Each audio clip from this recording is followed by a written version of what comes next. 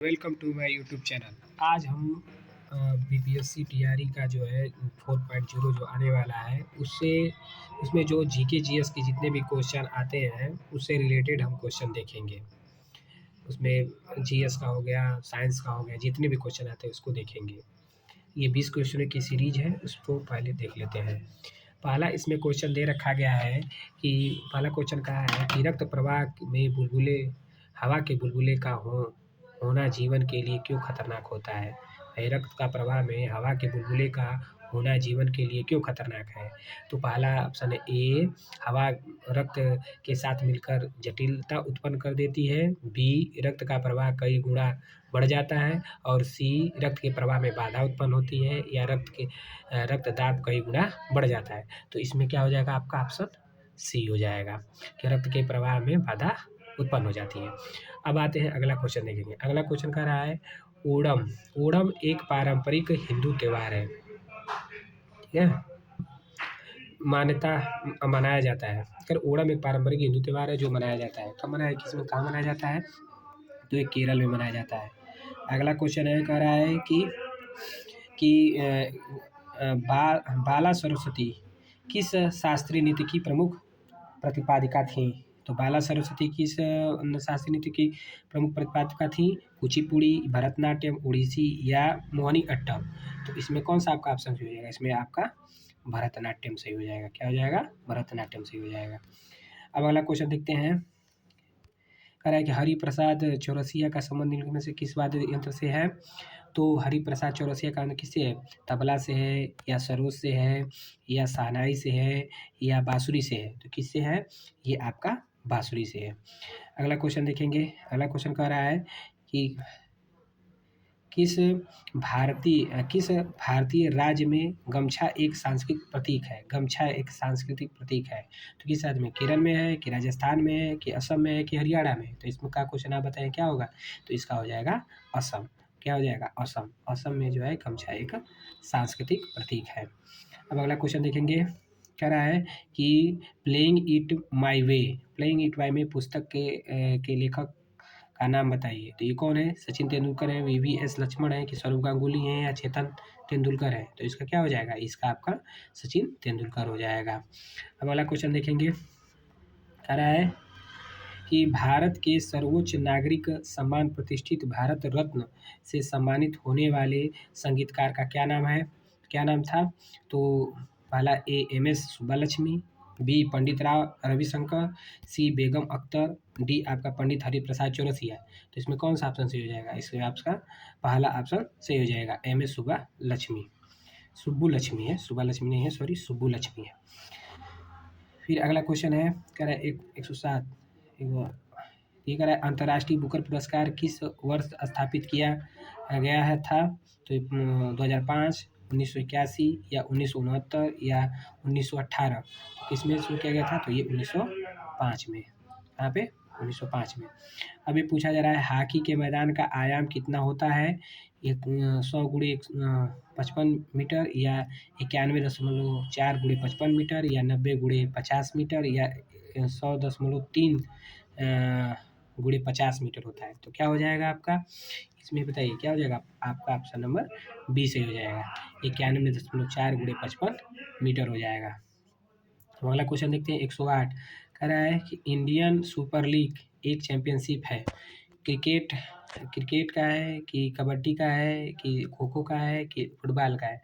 तो Indian super किसका है, ये फुटबॉल का है। इंडियन सुपर लीग फुटबॉल का है, ठीक है। अब आते हैं हम्पी। अब अगला क्वेश्चन है, कह रहा है कि हम्पी को निम्नलिखित में से किस वर्ष में यूनेस्को द्वारा विश्व धरोहर स्थल में शामिल किया गया। तो बताइए कौन सा ऑप्शन हो जाएगा। इसमें ए होगा कि बी होगा कि सी होगा कि डी होगा। तो इसमें आपका ऑप्शन क्या हो जाएगा, बी हो जाएगा, 1986, ठीक है। अब उड़ीसा, अब ये पूछा है कि उड़ीसा बिहार से कब पृथक हुआ। तो उड़ीसा बिहार से कब पृथक हुआ, 1911 में, 1936 में, 1937 में, 1947 में। तो आप सब आपका बी हो जाएगा, 1936 में। अब अगला क्वेश्चन देखिए। कह रहा है कि फरवरी 2023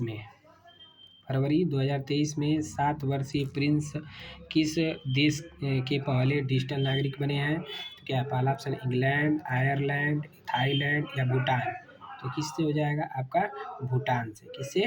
भूटान से। अब अगला क्वेश्चन देखेंगे, कह रहा है कि केसरिया सुप्रसिद्ध है, केसरिया सुप्रसिद्ध है किससे? पाल सेन तलक्षण कला के लिए, बी आपका बौद्ध स्तूप के लिए, सी आपका बुद्ध मंदिर के लिए, डी आपका सूफी दरगाह के लिए। तो किसके लिए भाई बताइए? तो ये आपका ऑप्शन हो जाएगा बी के लिए, बौद्ध स्तूप, बौद्ध स्तूप के लिए। अब अगला क्वेश्चन कह रहा है कि झारखंड कैसल ओवर ग्रेव्ज के लेखक हैं? कौन है भाई? शिबू सोरेन है, शैलेंद्र महतो है, विक्टर दास है, उपरोक्त में से कोई नहीं है। तो कौन सा हो जाएगा इसमें? इसमें आपका विक्टर दास हो जाएगा। क्या हो जाएगा? विक्टर दास हो जाएगा। कौन सा ऑप्शन? विक्टर दास। ये विक्टर दास हो जाएगा। अगला क्वेश्चन है, पटना उच्च न्यायालय की स्थापना कब हुई थी? तो बताइए, पटना उच्च न्यायालय की स्थापना कब हुई थी? 1916 में हुआ था कि 1917 में, 1918 में या 1971 में? तो ये आपका ऑप्शन पहला सही हो जाएगा, 1916 में। ठीक है। अब आते हैं अगला, कह रहा है कि हाल ही में प्रिजकर आर्किटेक्चर पुरस्कार 2023 से किसे सम्मानित किया गया है? तो बताएंगे कौन सा ऑप्शन सही हो जाएगा? के Balakrishnan, David Arnold, David Chipperfield या डेविड वेयर? तो कौन सा ऑप्शन सही हो जाएगा इसमें बताइए? तो इसमें ऑप्शन आपका सी सही हो जाएगा, डेविड चिरफील्ड को, डेविड चिरफील्ड को जो है कि इससे पुरस्कारित किया गया था। ठीक है।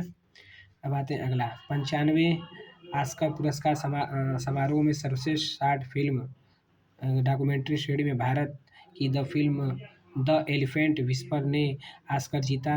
इसके निर्देशक कौन हैं? पहला आपका S Rajamouli, John Albert, Rajkumar Hirani या कार्तिक गोंजाल्वेस? कौन थे बताइए?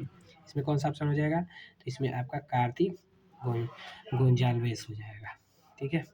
अब अगला कह रहा है कि हाल ही में किस राज्य सरकार ने पथश्री रास्ता श्री की योजना की शुरुआत की है? उत्तर प्रदेश है कि पश्चिम बंगाल है कि छत्तीसगढ़ है कि उड़ीसा है? तो ये कौन सा ऑप्शन हो जाएगा इसमें?